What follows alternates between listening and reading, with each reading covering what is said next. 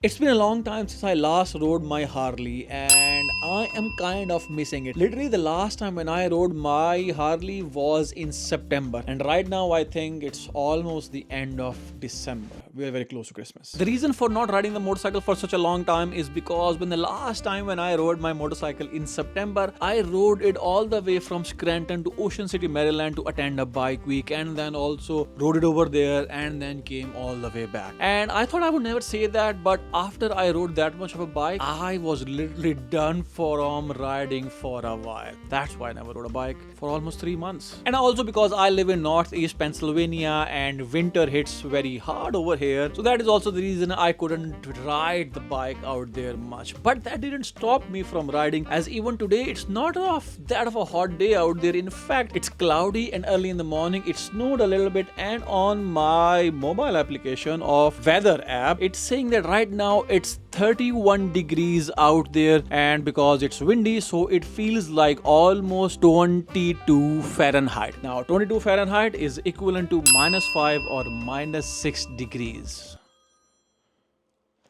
Let me pick up the call and we'll talk again. But this -5 or -6 degrees centigrade, or you can say -22 Fahrenheit, is still not going to stop us, because one, I have to go to a campground anyways out there in the woods to ask for snow camping, which we will be doing soon. And in order to do that, I was like, why should I take my car and I can enjoy my bike ride? So let's go and have fun on the bike. I mean, it will be less of a fun and more of a torture out there because it's super chilly out there. That is the reason I am wearing this big fat wintry jacket. Along with that, I was lucky enough that on Friday last weekend I went on a skiing resort, /snowboarding for snowboarding, the story which I will tell you when we will go out on the ride. Yeah, my mic was off over there because I'm still learning how to operate this new camera with this new mic, so yeah, let's continue. And for that I got these warm thermal gloves, so they are really gonna help us today to keep our hands warm. But first thing first is that we have to uncover the bike, because like everyone else, I also covered it for the winter. And the mic is still off. Hopefully you will forgive. Let's continue. Ooh, look at this beautiful machine. Let me give you a free advice. If you ever want to buy a bike, buy something that every time you look at it should be able to make you fall in love over and over and over again. Just like for me, it's my Harley Davidson Sportster S 1250cc. Anyways, today, because it's super chilly and cold out there, so there won't be any more montage. It will be direct a bike ride, just like. Woo! And just like that, it's good to be back on the bike. Though it's pretty cold. I mean, I should have wore something under my jeans. Other than that, I'm all good. My upper body, my head and my hands. Hi, today is day number 2. Yesterday I couldn't motovlog at all because it was a little bit too cold. I mean, I was feeling cold, but also my camera was feeling cold and it stopped working. I did not know at all that GoPro Hero 9 doesn't work below 32 degrees. And technically yesterday it was 22 degrees Fahrenheit, which is almost -5, -6. That is the reason I couldn't do anything yesterday and I had to come back home. But today is a different day, as the temperatures today are almost 39 degrees. That means that it's a little bit warmer and technically GoPro should work today. So let's take it out again and go for a ride again. Hopefully this time it works. Today is day number 2 and attempt number 2 to ride my bike. First time for this winter season, and I am watching my camera over here just in case if it fails, which I don't know why GoPro failed yesterday, because mostly they advertise that this is an action cam and can go in all kind of wintry actions. At least that's what they show in their advertisement, like snowboarding, skiing or stuff like that. And here we are. It couldn't even handle a few degrees centigrades below zero. Not fair, GoPro. But I think today it's working fine because the temperature is 36 Fahrenheit, which is equivalent to 2 or 3 degrees centigrade. So not that cold. Yeah. So let's have fun. Oh,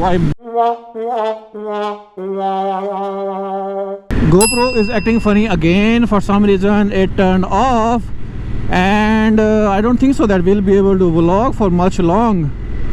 The temperature is 36 Fahrenheit. It's not below 32. Yesterday I was looking at GoPro's website. They said that Hero 9 is able to record around 32.